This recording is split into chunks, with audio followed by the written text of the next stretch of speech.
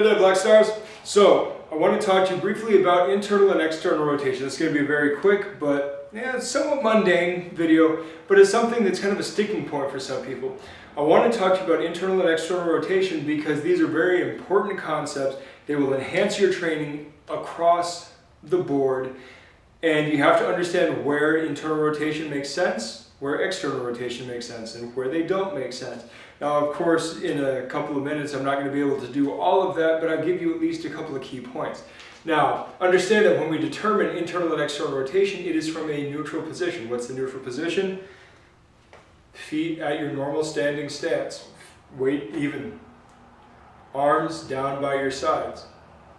Now, if you take a look, without moving, which direction are your elbows and knees pointing? Your knees should be pointing roughly forward. Your elbows should be pointing roughly 45 degrees behind you. At a 45-degree angle out behind you. This is neutral. This is not a position of stability. It's not even really a position of mobility. It's just plain old neutral. You're not in drive, you're not in park. So, in order to stabilize, mobilize, and all that stuff, you have to bring your structure into a position where you can effectively generate power for either stability or mobility. Isn't that funny? Mobility requires just as much positioning as stability does. So, if you're out in front, guess what? You want external rotation. If you're any position in front of you from the neutral line, this whole entire semicircle in front of you, from the neutral line overhead to the neutral line down, if you're exercising any kind of force, you want external rotation. Think of your elbows. Your elbows are pointing this way. You want to rotate your elbows, the pits of your elbows rather, externally. Hush. Shh. My cat's talking to me. So, the pit of your elbow. Hi. She has nothing to do with internal and external rotation. So you take the elbow, this is external rotation. The pit of the elbow goes like that. She doesn't like that very much.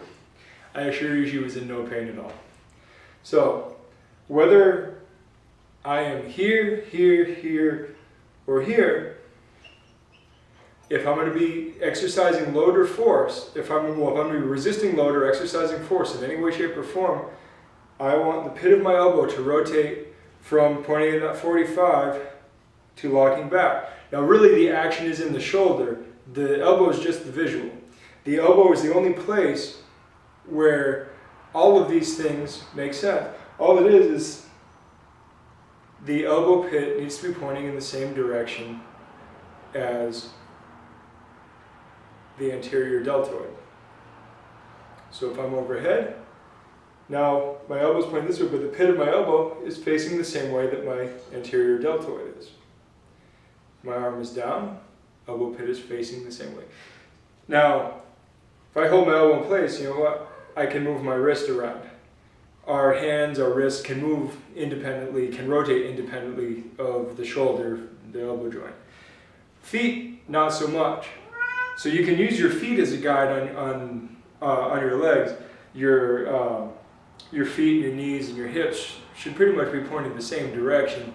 Your hips your hips are always going to point the direction they point, but your knees should be pointing in the same direction as your toes pretty much all of the time. But once again, if you're in front of your body, that semicircle in front of your body, then you're going to have slight external rotation. It really locks down the joint. It takes the slack out of the joint and creates a point of stability, and that point of stability allows you to exercise force or resist load.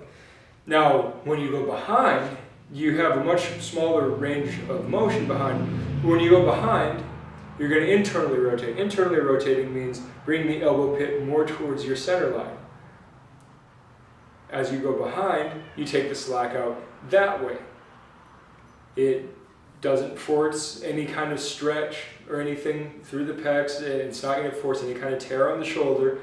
and it allows you to move to the back with relative comfort, to a point, and that's your point of rearward stability. Same thing when you are, say you're in a split stance, say you're in your fighting stance or whatnot, your rear foot is actually going to be slightly internally rotated for stability.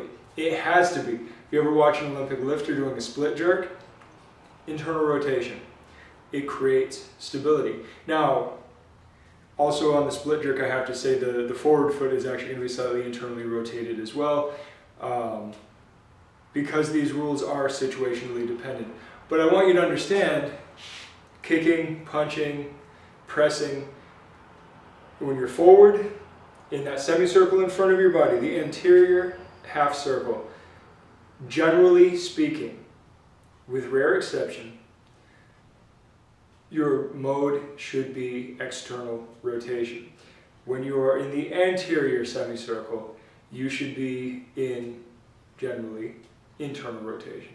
So help you find the stability and your base of power, whether you need to resist load or generate force. Talk to you guys later. Good journey.